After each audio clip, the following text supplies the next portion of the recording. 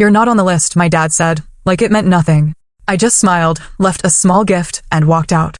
But then one man stood up and said, "That's my boss." The whole room went silent. Can you imagine standing outside your own mother's 60th birthday party, gift in hand, only to be blocked at the door by your own father? My name is Morgan Williams, and at 34, I never thought I'd experience such a public, gut-wrenching betrayal from the people who were supposed to love me most. Mom and I were always close. At least, that's what I thought. But there I was, heart shattered, watching my sister Brooke smirk as my dad, with a cold, unyielding stare, told me, "You're not on the list." Like I was a stranger trying to crash some celebrity event. It was a moment that solidified years of feeling invisible, a feeling that started long ago. Growing up as the middle child in suburban Chicago, I existed in the shadow. My older sister, Brooke, was the academic superstar, always center stage with her trophies. My younger brother, Tyler, was the adored baby, coddled and cherished. And me? I was just there, often half-cropped out of family photos. But Mom was different. She used to be. I remember when I was 7, devastated after not being invited to Melissa Anderson's birthday party. Dad dismissed it with a curt, "Not everyone gets invited to everything." But Mom? She sat with me, made paper party hats, and we had our own little celebration. "You're special in your own way, Morgan," she whispered. Never forget that. When I was 12, I won 3rd place in the science fair. Not first, like Brooke always achieved, but Mom framed my certificate anyway. "It's not about being the best," she said. "It's about doing your best." She hung it right next to Brooke's wall of achievements. Dad took it down 3 days later, muttering about clutter, but Mom secretly kept it in her bedside drawer. And on my 16th birthday, when friends canceled last minute for a more popular girls' party, Mom drove me 2 hours to the city for a musical I'd been dying to see. We dressed up, had dinner at a fancy restaurant. She treated me like I was the most important person in the world. "Sometimes it's quality, not quantity, that matters with relationships," she assured me. These moments were my anchors, proof that someone in my family truly saw me. But things changed. When I left for college, unlike Brooke who stayed close to home, I ventured further, to Boston University. "Why so far?" Dad complained. "Are we not good enough for you?" That distance, initially geographic, gradually became emotional. After college, I surprised everyone, including myself, by thriving in the tech industry. While Brooke followed Dad into the family insurance business and Tyler floated between bartending jobs, I climbed the corporate ladder aggressively. By 34, I was director of operations at Vertex Technologies, managing over 200 employees and a budget that made my father's insurance agency look like a lemonade stand. My success, ironically, created a rift. During holidays, conversations became landmines. "So, you're still at that computer company?" Dad would ask, even though I'd sent family gift baskets with Vertex's logo every Christmas for 5 years. "When are you going to settle down and give your mother grandchildren?" was the inevitable follow-up, despite Brooke and her boyfriend Jesse not having children either. But the real tension was with Brooke. 3 Thanksgivings ago, after too many glasses of wine, she cornered me in the kitchen. "You think you're so special with your fancy Boston life," she hissed, slicing into the pumpkin pie with unnecessary force. "You have no idea what it's like here, dealing with Mom and Dad every day, while you send occasional gifts and think that counts as family. I call every week. I invite you all to visit." I defended myself. "To show off," she snapped. "Everything's a competition with you, Morgan. Always has been." The irony of that statement coming from Brooke was staggering. I'd spent my childhood watching her collect accolades while I clapped from the sidelines. "That's not fair," I said, keeping my voice low. "I've worked hard for what I have." Her eyes narrowed. "You think you're better than us because you escaped. Let me tell you something, Mom doesn't brag about your job. She doesn't even understand what you do. At least I'm here, being a real daughter." Those words cut deeper than she knew. After that Thanksgiving, Mom's weekly calls became monthly, then sporadic. When we did speak, she sounded distant, distracted. The woman who once kept my science fair certificate in her drawer now struggled to remember basic details about my life. Tyler followed Brooke's lead, as he always had. My once playful texts with my younger brother devolved into one-word responses. The last time I visited, he spent the entire weekend glued to his phone, barely acknowledging my presence. Dad had never been my champion, but his disapproval calcified into something harder. "Your mother worries about you," he'd say during our increasingly rare conversations. All alone in that city, working too much. "It's not natural for a woman your age." I tried explaining that I wasn't alone. I had friends, colleagues, a life I'd built. But to them, success without their definition of family wasn't really success at all. It was failure dressed in designer clothes and a corner office. Mom's gradual withdrawal hurt most of all.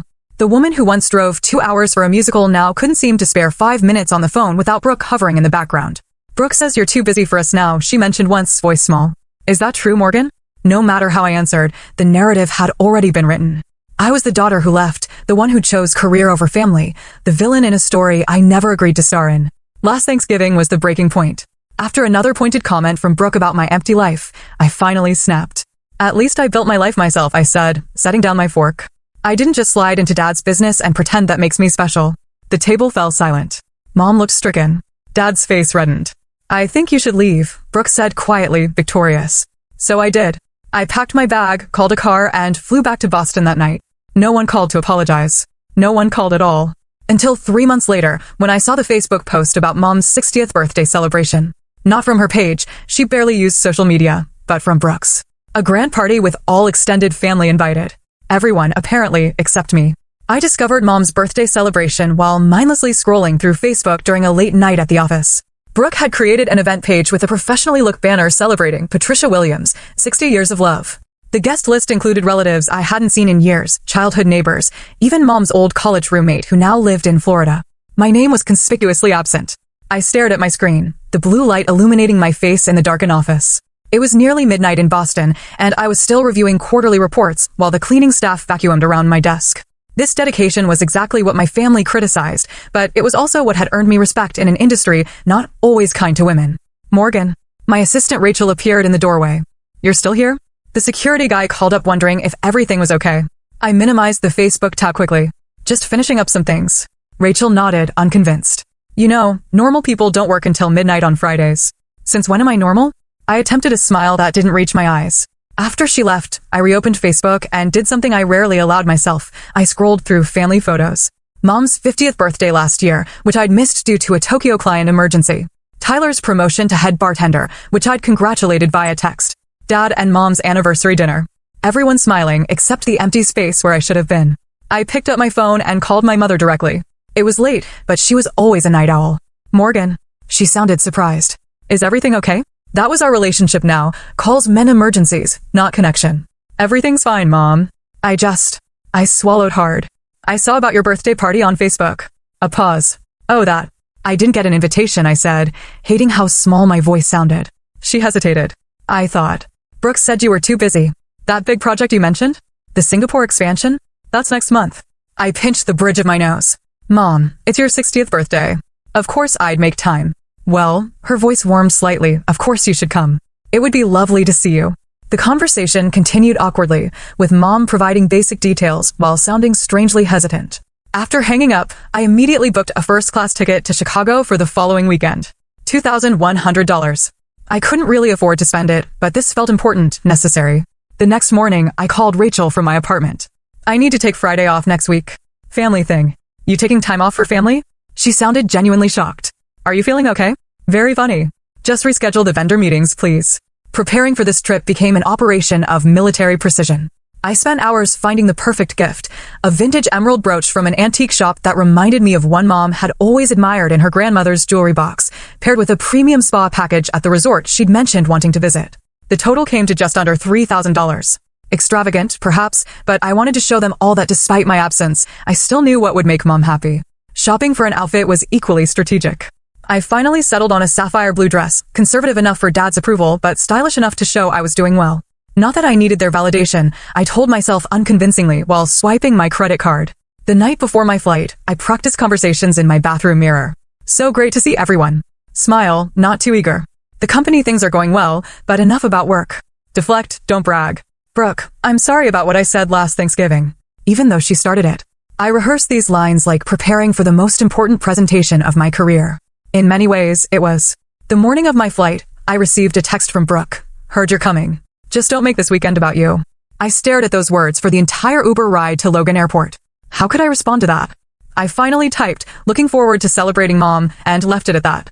The flight to Chicago gave me 3 hours to alternately hope and worry. I flipped through work documents without absorbing anything, then practiced deep breathing techniques my therapist had recommended. Your family triggers old patterns, Dr. Levine had explained during our sessions. Remember, you're returning as the adult you are now, not the child you were then. Easy to say, harder to feel when approaching the gravitational pull of childhood dynamics. I checked into the Westin downtown rather than staying at my parents' house in the suburbs, another decision that would likely be interpreted as Morgan being too good for us. But the thought of sleeping in my old bedroom, still decorated with my high school debate team pennants, was unbearable. I needed neutral territory, somewhere to retreat if things went badly.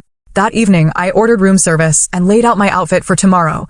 The blue dress, silver heels that weren't too high, simple pearl earrings that had been a college graduation gift from Mom.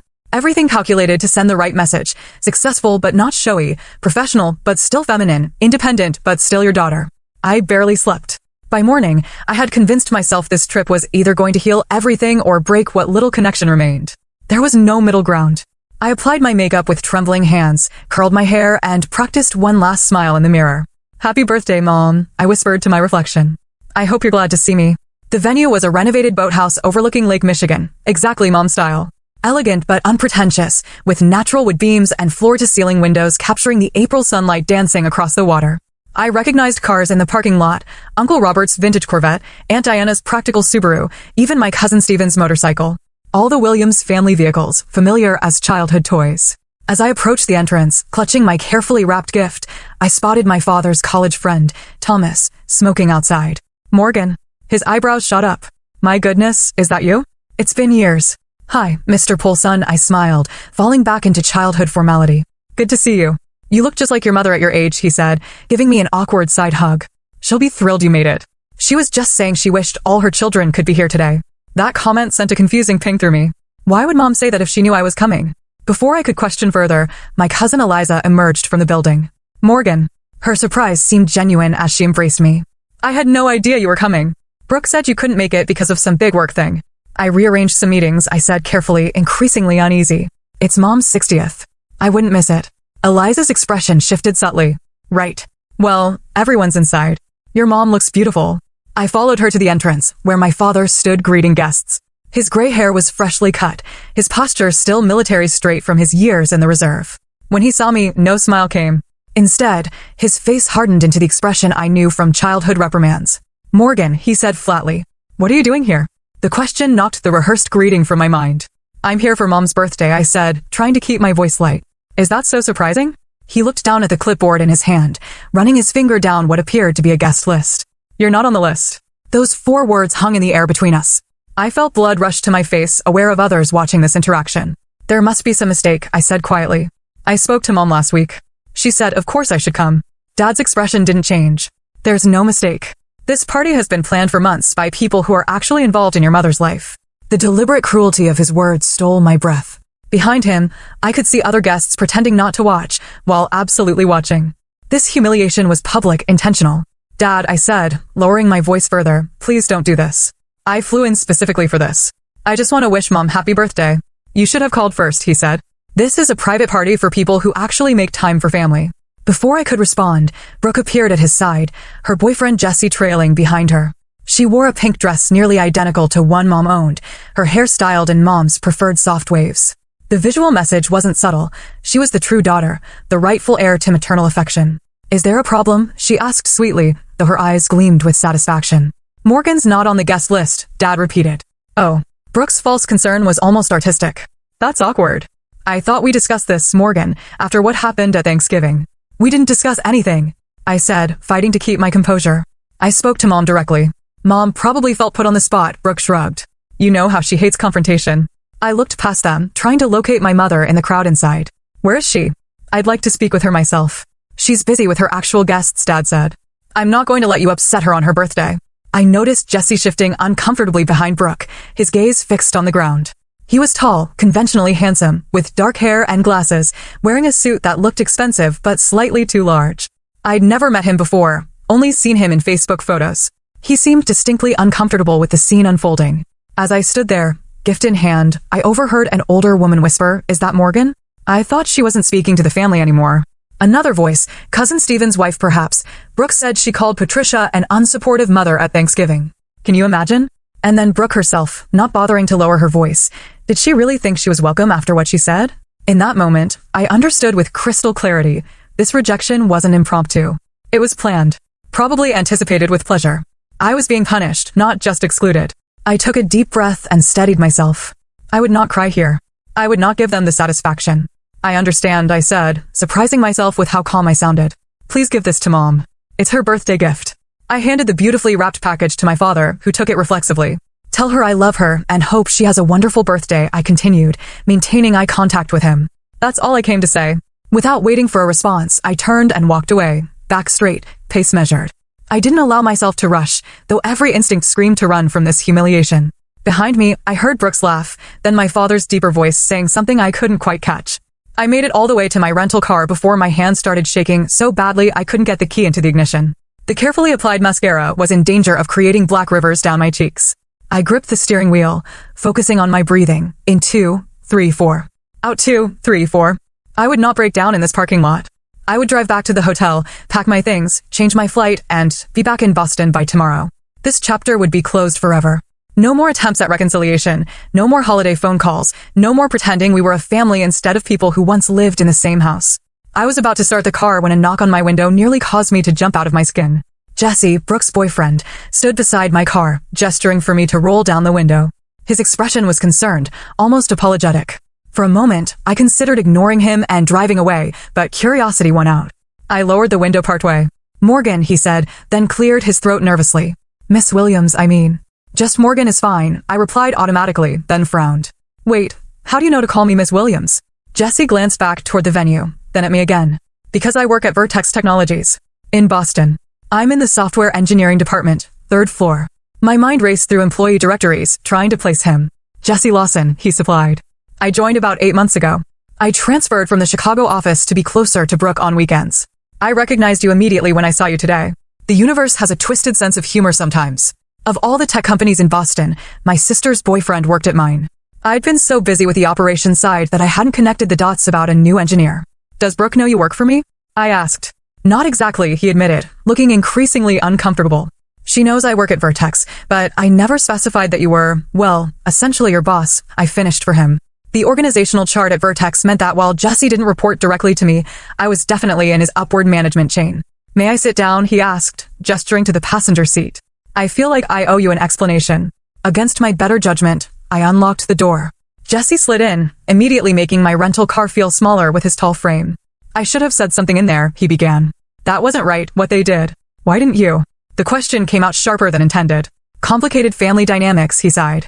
"I've only been dating Brooke for about a year. Still trying to navigate everything." "Well, now you've seen the Williams family at our finest," I said bitterly. "That's actually why I followed you out here," Jesse said, turning to face me directly. "What happened in there wasn't spontaneous. It was discussed in advance." My stomach tightened. "What do you mean?"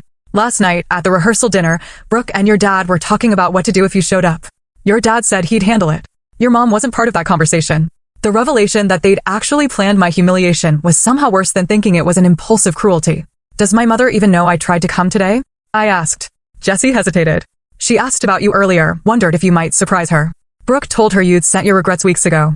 "That's a lie," I whispered. "I never." "I know," Jessie nodded. "I've picked up a lot over the past year. Brooke talks about you constantly." "I'm sure it's all flattering," I said dryly. "It's complicated," he replied, choosing his words carefully. "There's a lot of jealousy there. She compares herself to you all the time, though she'd never admit it." "Jealous of what?" I couldn't keep the disbelief from my voice. "She's the golden child, always has been." "But you're the one who got away," Jessie said simply. "You built something entirely your own. And at work." He trailed off. "At work, what?" "You're respected, Morgan. Really respected. People talk about your leadership style, your strategic thinking." When I realized Brooke's sister Morgan was the same Morgan Williams everyone at Vertex admires, it was strange reconciling those two images.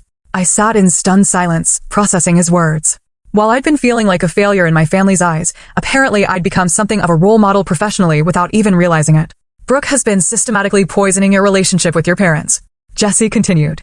"Small comments, reframing your absences as deliberate rejections, exaggerating arguments. When your mom mentioned missing you, Brooke would remind her of some perceived slight. And my mother believed her?" The pain in that question was evident. "Your mom's been having some health issues," Jessie said gently. "Nothing severe, but enough to make her more vulnerable to manipulation. Mild depression, some memory issues. Brooke's been helping by managing her social calendar, her medications." The implications hit me like physical blows. While I'd been building my career in Boston, Brooke had been constructing an entirely different narrative here in Chicago. One where I was the villain, the cold-hearted daughter who abandoned her family for corporate success. "Why are you telling me this?" I finally asked. "You're dating my sister. Your loyalty should be to her." Jesse looked down at his hands. "Because what happened in there was wrong. And because at Vertex, I've seen how you treat people, with respect, even when they make mistakes. The stories don't match up." He paused. "Also, selfishly, it's awkward when your girlfriend's family drama involves your boss." Despite everything, that made me laugh a little. "I can imagine. So, What are you going to do? He asked. I stared out at Lake Michigan, its surface glittering in the spring sunshine. The easy path would be to drive away, return to Boston, and finally sever these painful ties. The professional in me knew that sometimes cutting losses was the strategic choice. But another part of me, perhaps the part that still remembered my mother making paper party hats when I was 7, couldn't just leave things this way. I think I said slowly that it's time everyone heard the truth, including my mother. Jesse nodded, looking both relieved and terrified. I'll support whatever you decide to do. Just remember, I have to see these people at holidays. Don't worry, I assured him, reaching for the door handle. I've learned a thing or two about handling difficult personalities in the corporate world. As we walked back toward the venue, I felt a strange calm settle over me. This confrontation wasn't what I'd planned for today, but perhaps it was exactly what had been needed for years. Walking back into that building was one of the hardest things I've ever done. Harder than my first major presentation to the board, harder than firing a team member I personally hired. This required a different kind of courage, the courage to face people who'd known you since you wore braces and still believed they had the right to define who you were. Jesse and I entered through a side door, avoiding my father's checkpoint at the main entrance. The celebration was in full swing now, with about 60 people mingling around circular tables. A slideshow of family photos played on a large screen. I noted my near absence from the curated selection. My mother sat at a central table, looking beautiful in a lavender dress that complemented her silver hair. She was laughing at something Uncle Robert was saying, unaware of the drama that had unfolded at the entrance. Brooke noticed us first. Her eyes widened, darting between Jesse and me with dawning comprehension. She immediately began making her way across the room, but it was too late. Jesse stepped forward, his voice carrying across the room as conversations naturally lulled. Everyone, he announced, I'd like to introduce Morgan Williams, Patricia's daughter. And, he added with perfect timing, my boss at Vertex Technologies. The room fell silent. My mother's head snapped up, her eyes finding mine with a mixture of confusion and what appeared to be genuine delight. Morgan. She stood up, napkin falling forgotten to the floor. You came. Before I could respond, Brooke reached us, her face flushed with anger. Jesse, what are you doing? She hissed. The right thing, he said simply. My father appeared next, his expression thunderous. I thought I made myself clear at the door. You did, I replied, keeping my voice level. But it seems there's been some confusion about my relationship with this family that needs clearing up. Mom approached, looking between us with growing concern. What's going on? Robert, why do you look so angry? Morgan, sweetheart, I'm so happy you're here. Her sincere joy at seeing me confirmed what Jesse had said. She hadn't known about my rejection at the door. The realization both relieved and infuriated me. Mom, I said gently, taking her hands in mine. I need to ask you something important. Did you think I didn't want to come to your birthday? She blinked, confusion evident. Well, Brooke said you were too busy with work. That big project you mentioned. I never said that, I told her firmly. In fact, when we spoke, I specifically said I would be here. I took time off work. I flew in yesterday. But then why? Her gaze shifted to Brooke, then to my father. I was just at the door, I continued, aware that the entire party was watching this family drama unfold. Dad told me I wasn't on the guest list. That this party was for people who actually make time for family. Mom's expression changed from confusion to shock. Robert, is this true? My father's face reddened. Patricia, we discussed this.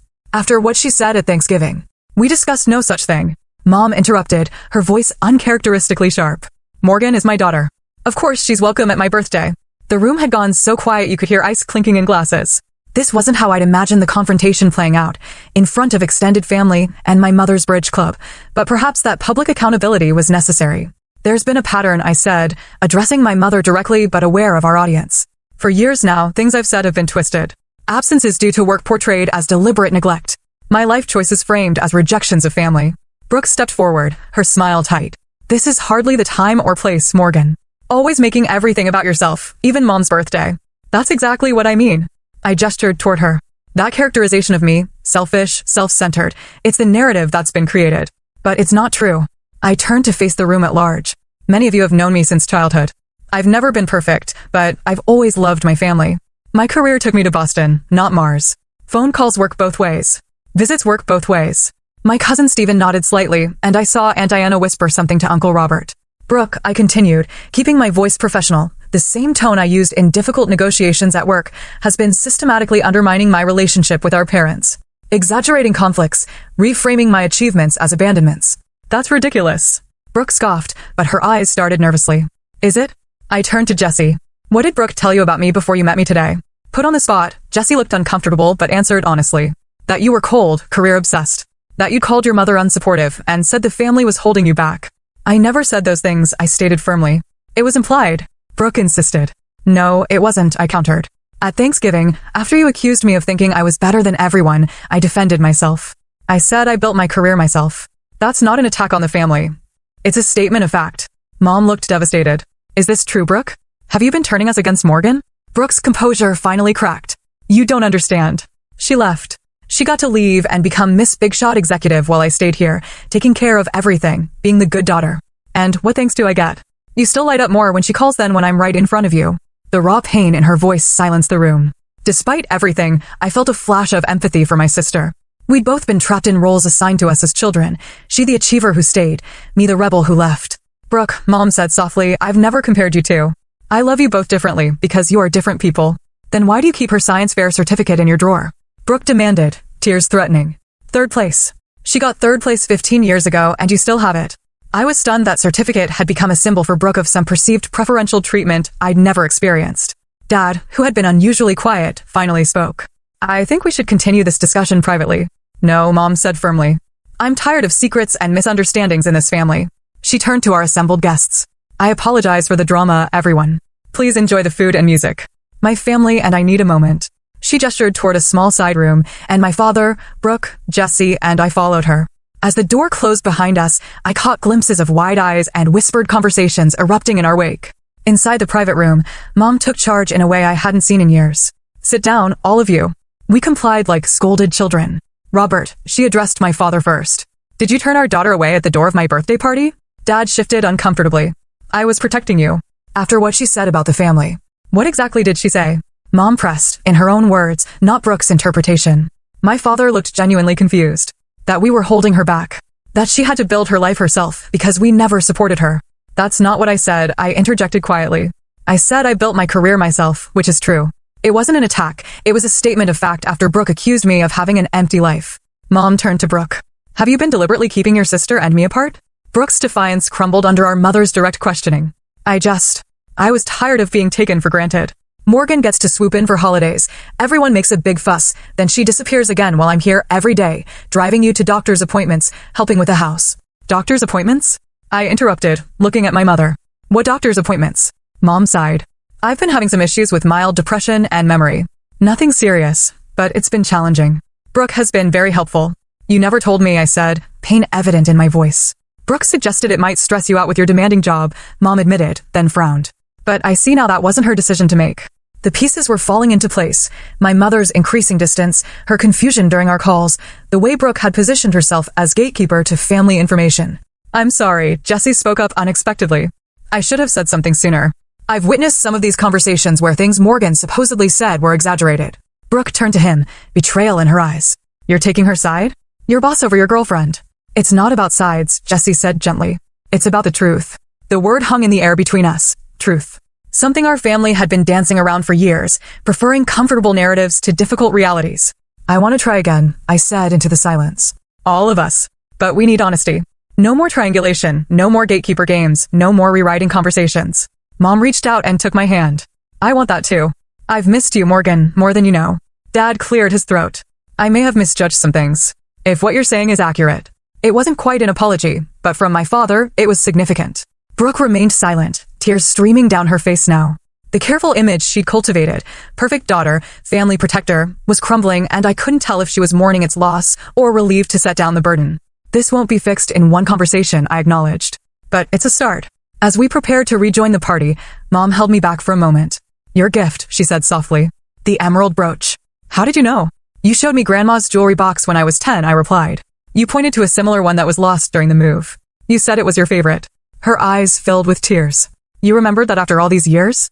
I remember everything important, Mom, I said, squeezing her hand. Just because I'm not here doesn't mean I'm not present. We returned to the celebration, the tension still palpable but somehow lighter. The truth, even painful truth, weighs less than lies. As guests slowly resumed their conversations, I noticed something unexpected, family members approaching me, making real connections rather than small talk.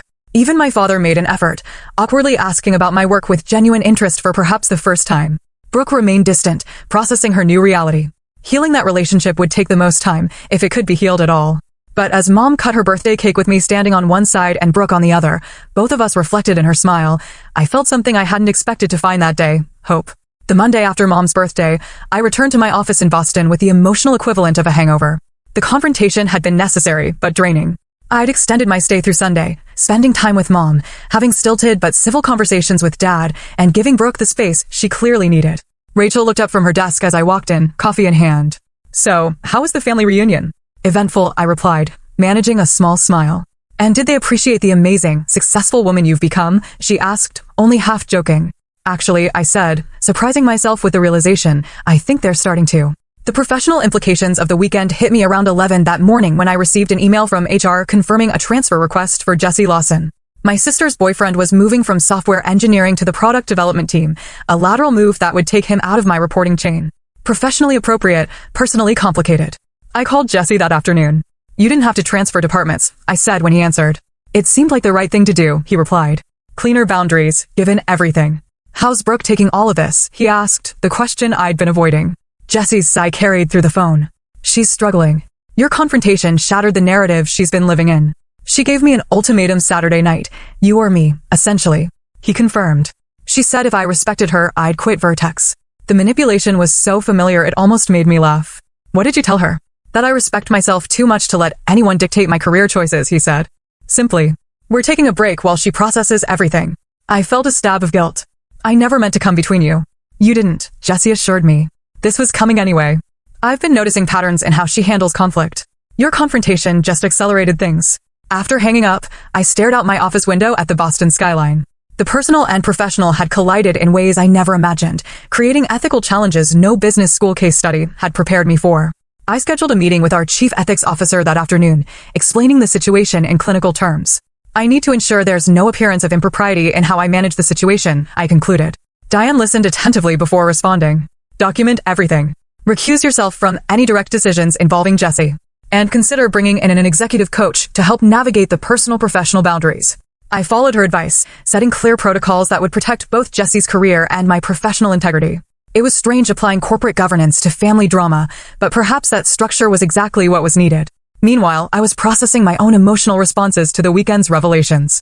I scheduled an emergency session with Dr. Levine, my therapist. "You stood up for yourself," she noted after I recounted the confrontation.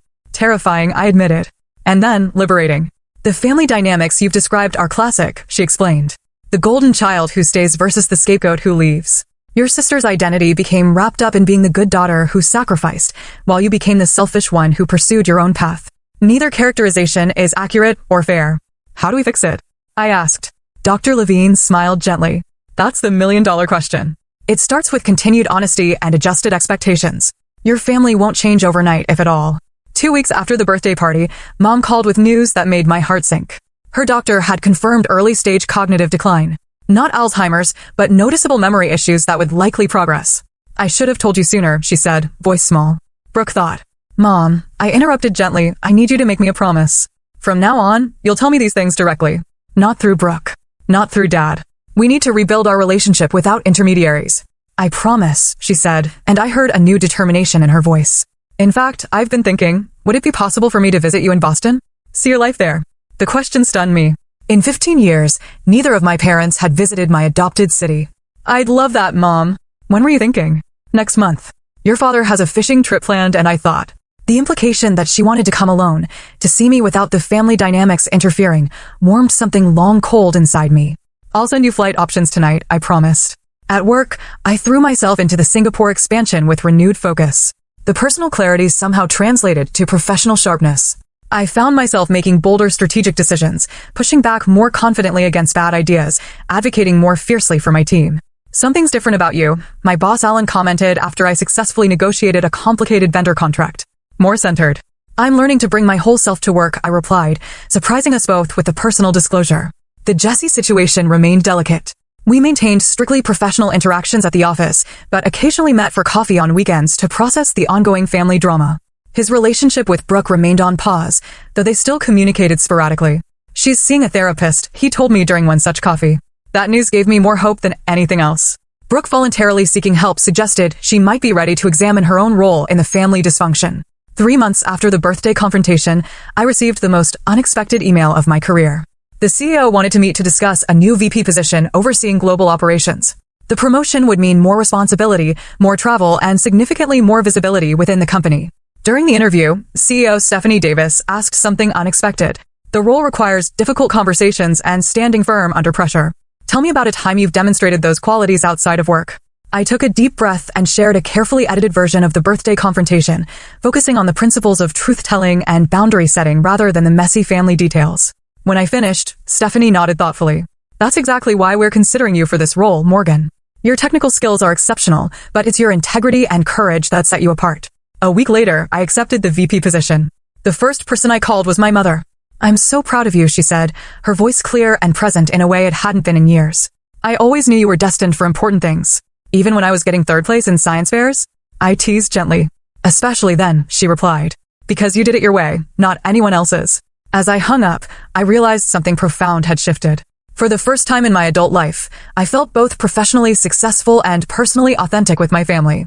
The walls between those worlds were finally beginning to dissolve. 3 months after the birthday confrontation, my mother stepped off the plane at Logan Airport, her first visit to my Boston life. I waited nervously at the gate, feeling like I was picking up a first date rather than my own mother. Morgan, she called, waving enthusiastically when she spotted me. She looked smaller somehow, more fragile than I remembered, but her eyes were bright and clear. Welcome to Boston, Mom, I said, embracing her. I can't believe you're finally here. The week that followed was nothing short of transformative.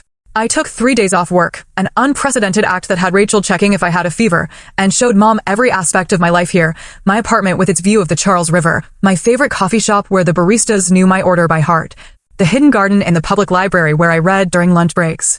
It's beautiful, she said as we walked along the waterfront. Your life here. I can see why you love it. On her 3rd day, I brought her to the Vertex offices. Watching my mother interact with my colleagues, seeing her obvious pride as people spoke highly of my work, healed something deep within me. This wasn't the strange family narrative of Morgan the absent daughter, but rather Morgan the respected leader. Jesse greeted us professionally, maintaining the appropriate boundaries we'd established, but I noticed the warm way he spoke to my mother, the genuine respect in his interaction. Whatever happened with him and Brooke, he had become an unexpected ally in my family's healing process. When Mom returned to Chicago, something fundamental had changed. Our weekly calls resumed, but with new depth and honesty. She began sending me small packages, a book she thought I'd enjoy, a scarf that matched my eyes, tokens that said, I see you more clearly than words. My father made efforts too, in his own awkward way. He started emailing articles about the tech industry with comments like, thought you might find this relevant. Small steps, but meaningful ones. The situation with Brooke remained the most complex. For 2 months after the confrontation, we didn't speak directly. Then, unexpectedly, she called one evening as I was preparing for a presentation. I've been doing a lot of thinking, she said without preamble. And a lot of therapy. That's good, I replied cautiously. I'm not ready to talk about everything, she continued, but I wanted to say I understand now that I was wrong about some things. The way I portrayed you to Mom and Dad wasn't fair. It wasn't quite an apology, but from Brooke, it was significant. Thank you for telling me that, I said. Jesse says you've been very professional about everything, she added. He respects you a lot. He's a good person, I offered. Whatever happens between you two, I think he cares about you. We're working through things, she said vaguely. Anyway, I should go, but I wanted you to know I'm trying. My promotion to VP brought new challenges and opportunities. The role required more travel, including regular trips to Singapore for our expansion there. Ironically, this increased my visits to Chicago, as O'Hare became my frequent layover between international flights. During these layovers, I began scheduling brief visits with my parents, sometimes just dinner at the airport with Mom, sometimes an overnight stay that included Dad. Gradually, these short, frequent connections built something more authentic than our previous pattern of tense holiday gatherings. My mother's health stabilized with proper treatment for her depression and cognitive issues. The doctors say reducing stress has helped enormously, she told me during one visit. All that family tension was literally making me sick. 6 months after the birthday confrontation, I hosted Thanksgiving in my Boston apartment, a deliberate reclaiming of the holiday that had been the breaking point the previous year. Mom and Dad accepted the invitation immediately. Tyler came, bringing his new girlfriend. Brooke declined, but sent a surprisingly thoughtful gift basket. As we gathered around my dining table, expanded with a rented table to accommodate everyone, I realized this was the first family gathering that felt genuine rather than performative. We weren't playing roles assigned in childhood, we were adults choosing to connect. Before we eat, Mom said, raising her glass, I want to thank Morgan for bringing us together. Not just physically in this beautiful home, but emotionally. Your courage to speak truth has changed our family. Dad nodded, uncharacteristically emotional. I've been doing a lot of thinking about the kind of father I've been, the kind I want to be going forward. I'm proud of you, Morgan. Your success, yes, but more importantly, your integrity. That acknowledgement, so long desired and never expected, brought tears to my eyes. Later that evening, as everyone helped clean up, another first in Williams' family history, I received a text from Brooke. Hope dinner went well. Maybe next year. Those 4 words contained more hope than 1,000 forced family photographs. The professional lessons from this personal journey were profound. My leadership style evolved, becoming more authentic and compassionate. I found myself mentoring younger women at Vertex who struggled with work-life boundaries, sharing edited versions of my own journey. Your worth isn't determined by your family's approval or your professional achievements, I told one particularly promising analyst struggling with parental expectations. It comes from living authentically and treating others with dignity. In my next performance review, CEO Stephanie noted, "You've always been excellent at the technical aspects of leadership. Now you're bringing heart to it as well." That combination is rare and valuable. The birthday confrontation that I'd feared would destroy my family had instead begun its transformation. Not into some perfect Hallmark movie unit. We were still messy, still learning, still occasionally falling into old patterns. But we were doing it consciously now, with the courage to call out unhealthy dynamics and the compassion to forgive them. My mother's words during her Boston visit stayed with me. Sometimes being excluded from where you don't truly belong leads you to find where you do. She'd been talking about my career path, but it applied equally to relationships. The painful rejection at her birthday party had ultimately opened the door to more authentic connection. The emerald brooch I'd given Mom became her favorite piece of jewelry, worn to every important family occasion, a small symbol of being seen and remembered, even from a distance. This spring, we're planning our first family therapy session. Mom, Dad, Brooke, Tyler, and me. Not because we're in crisis, but because we're committed to continuing the healing. It's scheduled for next month in Chicago. I've already booked my flight. Family relationships aren't fixed points, but ongoing journeys. The work of maintaining them never really ends. But I've learned that healthy boundaries aren't walls that separate us from family. They're clear markers that allow us to safely connect as our authentic selves. Have you ever had to stand up to family members who misunderstood or misrepresented you? How did you handle it? Share your experience in the comments below. If this story resonated with you, please hit that like button and subscribe for more stories about navigating complex relationships and finding your authentic voice. Thank you for listening to my journey, and remember, sometimes the path to healing begins with the courage to speak your truth, even when your voice shakes.